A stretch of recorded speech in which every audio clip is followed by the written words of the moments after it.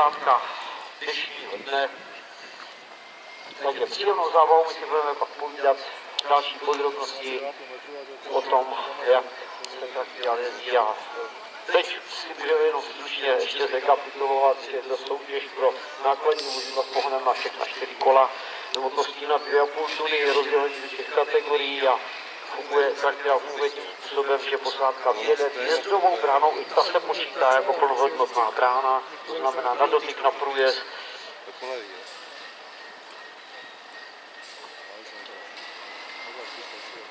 A se vším, co k tomu patří, barány se projíždí nebo je třeba projet, nebo pokud možno je ideální projet všechny brány libovolný poradí, to znamená, že je potřeba si vybrat ty nejjednodušší na začátek, ty nejsložitější nebo ty brány, které jsou v úvozovkách nejjednodušší nakonec.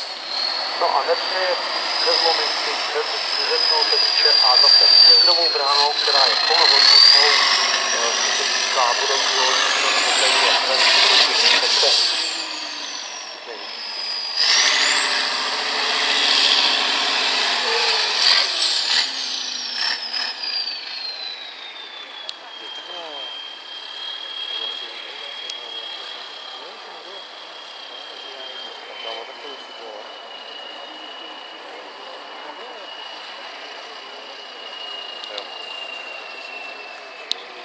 Ale máš ještě přes.